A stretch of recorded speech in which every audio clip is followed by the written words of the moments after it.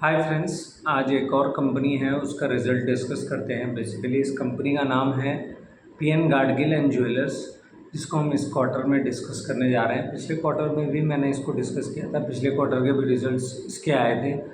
तो बिज़नेस तो अच्छा कर रहा है। बेसिकली पीएन गाडगिल जो ज्वेलरी बिज़नेस है वो बेसिकली महाराष्ट्र बेस्ड एक कंपनी है ज्वेलरी की, जो कि महाराष्ट्र में जिसका बेस होता था। ऑलमोस्ट ये करीब 150 साल पुरानी ज्वेलरी की बिज़नेस है, जो कि 150 साल से चल रहा है। तो ऑलमोस्ट ये महाराष्ट्र बेस्ड कंपनी थी और इसने अपने जितने भी स्टोर्स थे वो सब महाराष्ट्र में ज़्यादातर थे, या दूसरे स्टेट्स में इनके स्टोर्स नहीं थे। ऑलमोस्ट 53 स्टोर्स इनके महाराष्ट्र में थे, जिसके बाद इन्होंने अपना आईपीओ लॉन्च किया है। और आईपीओ की जब लिस्टिंग हुई उसके बाद इन्होंने आगे चलकर अपना ग्रोथ गाइडेंस और जब कॉल करना शुरू किया, तो इन्होंने बेसिकली ये बताना शुरू किया कि अब ये पैन इंडिया अपने ब्रांड को बढ़ाने की कोशिश करेंगे और कोशिश करेंगे कि बाहर भी दूसरे स्टेट्स में भी अपने स्टोर्स को खोलने की कोशिश करें, वो भी फ्रेंचाइजी मॉडल के थ्रू। तो बेसिकली कंपनी का जो इस समय इस क्वार्टर में स्टोर्स हैं वो 78 के आसपास हैं। 78 स्टोर्स हैं कंपनी के, और इस साल का उनका गाइडेंस था 25 स्टोर खोलने का। ऑलमोस्ट कंपनी ने 25 स्टोर इस क्वार्टर में खोले हैं, जैसा कि उनका गाइडेंस था। तो मैंने उसमें से कुछ महाराष्ट्र के अंदर थे और कुछ जो हैं वो दूसरे राज्यों में, जैसे कि ये यूपी में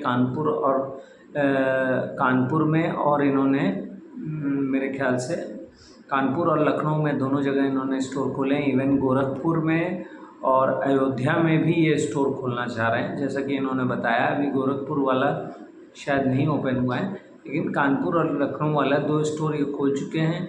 इवन मध्य प्रदेश में जो है इंदौर में भी इन्होंने स्टोर खोला है, दिल्ली में भी इन्होंने स्टोर खोले हैं। तो दिल्ली का जो स्टोर है वो भी इनका चालू हो चुका है। इनका भी तो इनका गाइडेंस अब ये है कि इस साल में ये Q2, Q3, Q4 में मिलाकर करीब 25 स्टोर और खोलेंगे। तो इनके टोटल स्टोर काउंट 103 पे हो जाएगा। और गाइडेंस आगे की ये दी है कि अगले 2 सालों में भी ये 37 स्टोर करके 37 स्टोर्स खोलने की कोशिश करेंगे। तो रफली अगर फिगर वाइज देखा जाए तो कंपनी गाइडेंस ये दे रही है कि वो करीब 30% के कैगर से अपने स्टोर्स की ओपनिंग करती जाएगी हर साल, अगले 3 साल का, जो कि इन्होंने गाइडेंस दिया है। बेसिकली इस क्वार्टर का जो इनका रिजल्ट था, तो सेल अगर देखें तो 2413 करोड़ की सेल थी, जो कि 41% बढ़ी है पिछले क्वार्टर से, जो कि 1715 करोड़ था। तो वहाँ 41% का ग्रोथ दिख रहा है। जो ऑपरेटिंग प्रॉफिट मार्जिन था कंपनी का, वो करीब 182 करोड़ था इस क्वार्टर में, जो कि पिछले क्वार्टर में 110 था। तो वहाँ पर भी हाईएस्ट मार्जिन जो है, ऑपरेटिंग मार्जिन, इन्होंने इस बार गैदर किया है, जो कि करीब 8% है। उसका भी एक इन्होंने रीजनिंग क्लियर की कि क्यों इस बार 8% दिख रहा है। और इनका कहना है कि आगे चलकर ये 8 नहीं, करीब 7% के आसपास रहेगा ऑपरेटिंग मार्जिन।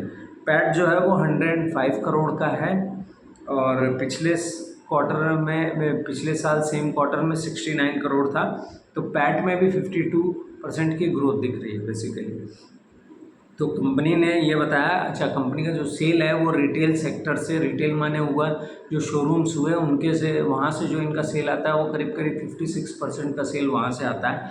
8% का सेल जो है वो फ्रेंचाइजी जो इन्होंने जिनको भी दी है वहाँ से 8% का सेल आ रहा है, जो कि बहुत ही ख़राब है। बाकी जगहों पे नंबर काफ़ी हाई रहता है। तो उस पर भी कंपनी का ये सफाई थी। कंपनी ने ये कहा कि हम फ्रेंचाइजी स्टोर सब ज़्यादा से ज़्यादा खोलने की कोशिश करेंगे, अब हम अपना स्टोर नहीं खोलेंगे।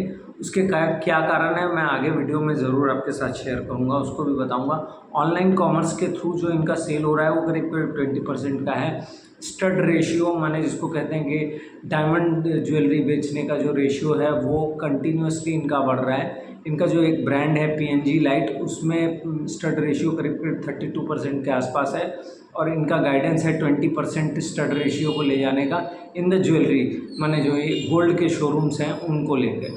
तो बेसिकली हुआ ये है कि माने स्टड रेशियो इन PNG जो है शुरू में इनका जो था वहाँ पर कम था, लेकिन वो धीरे धीरे करके अब 32 पहुँच गया है। बाकी जो प्लेयर्स हैं ज्वेलरी सेक्टर में, कल्याण कह लीजिए या टाइटन कह लीजिए, इन सब का जो ये स्टड रेशियो है ये ऑलमोस्ट 40-45% के ऊपर है, कुछ का तो 60% के आसपास है।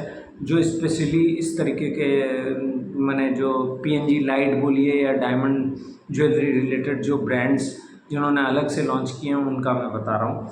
तो इनकी कोशिश ये रहेगी कि इसको बढ़ाएं। इनका अभी स्टड रेशियो इस क्वार्टर में करीब 11% के आसपास है।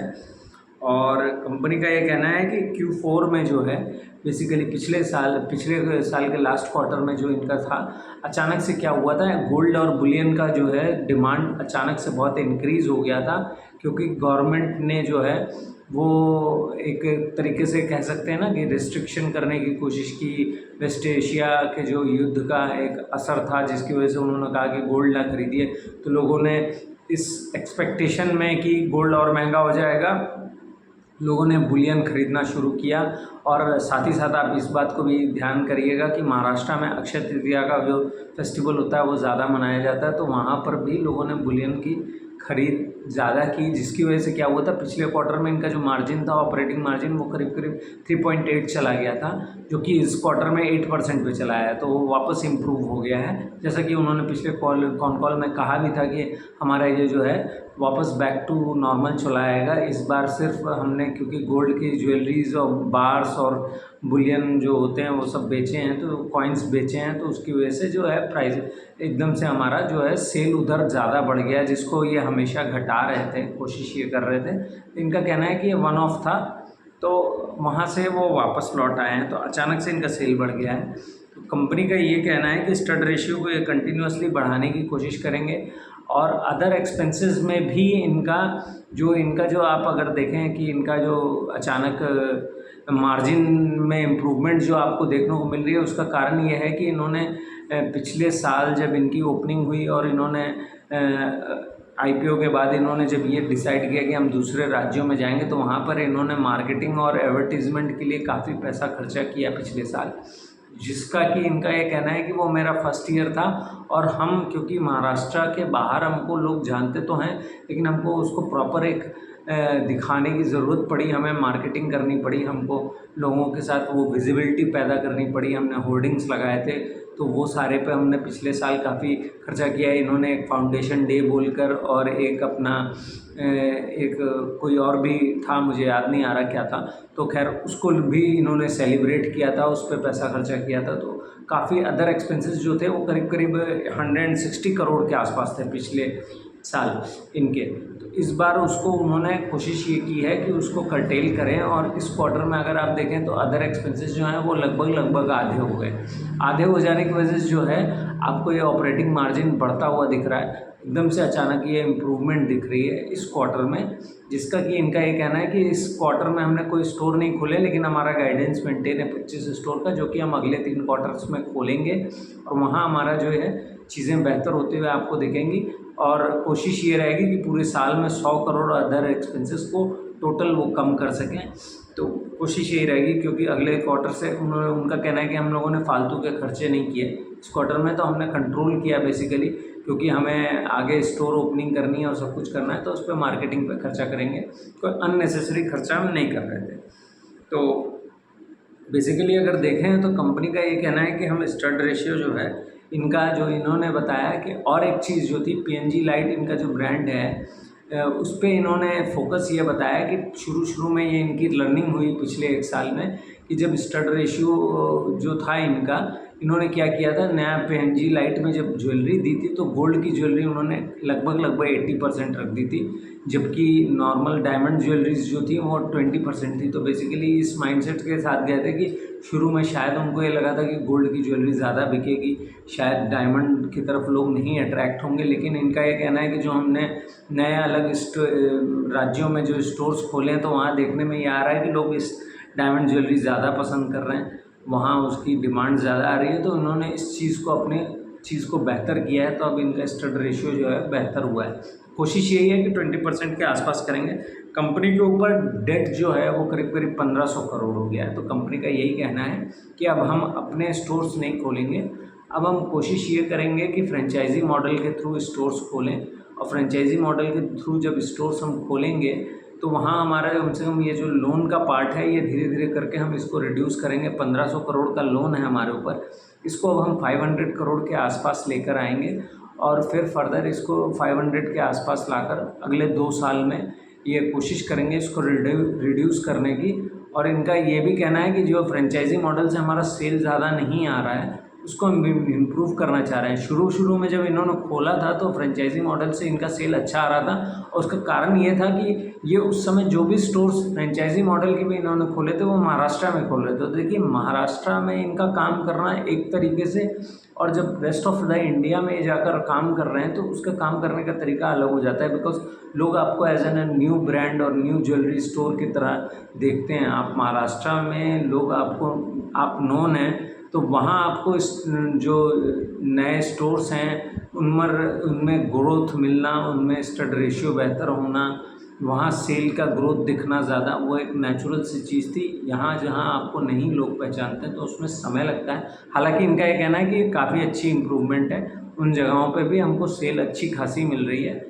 ऐसा नहीं है कि हमको कोई सेल के लिए कोई बहुत वो है, लेकिन इनका कहना ये है कि अब हम अपने लोन को कम करेंगे और ज़्यादातर जो लोन हमारा रह जाएगा वो जीएमएल के बेसिस पे रहेगा, क्योंकि जीएमएल इनका ज़्यादा नहीं है। जीएमएल का लोन इनका करीब 200-300 करोड़ के आसपास है, जिसको ये बढ़ाकर 500 के आसपास तक ले जाएंगे, और बाकी जो नॉन जीएमएल लोन है उसको रिड्यूस करके ख़त्म करेंगे, क्योंकि उस पर रेट ऑफ इंटरेस्ट जो है वो ज़्यादा लगता है बेसिकली।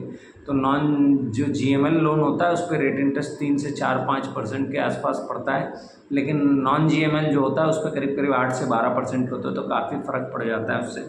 कोशिश ये रहेगी कि फ्रेंचाइजी मॉडल को मजबूत करें, और वहाँ पर जो भी है उसके बेसिस पे उसमें ये हैंड होल्डिंग भी करेंगे। पहले ये क्या करते थे, ये उनको ज्वेलरी बेच देते थे और बेचकर उनको ये कहते थे कि आप ये अपने पार्ट पे सेल दिखा देते थे। फिर फ्रेंचाइजी जो चला रहा है वो कितने दिन में उस इन्वेंट्री को खाली करता है, ये इनका कोई इससे लेना देना नहीं होता था। लेकिन अब इनका ये कहना है कि हमको अगर फ्रेंचाइजी मॉडल को ही कंटिन्यू करना है तो हमको कोशिश ये करनी होगी कि हम थोड़ा सा हैंड होल्डिंग करें, क्योंकि देखेंगे आप कल्याण जो है वो इसी मॉडल के बेसिस पे आगे बढ़ा, और उसने काफ़ी अच्छा किया, जिसके बेसिस पे मैं यहाँ तक मैं कहूँगा कि टाइटन के मैनेजमेंट ने ये बात कही कि कल्याण से हमने सीखा कि कैसे स्टोर ओपनिंग को कैसे प्रोत्साहित करना है, क्योंकि कल्याण के इस समय करीब करीब 400-450 स्टोर हो गए, और ये जो कुछ भी उन्होंने किया पिछले 2 से 4-5 साल में ही किया है।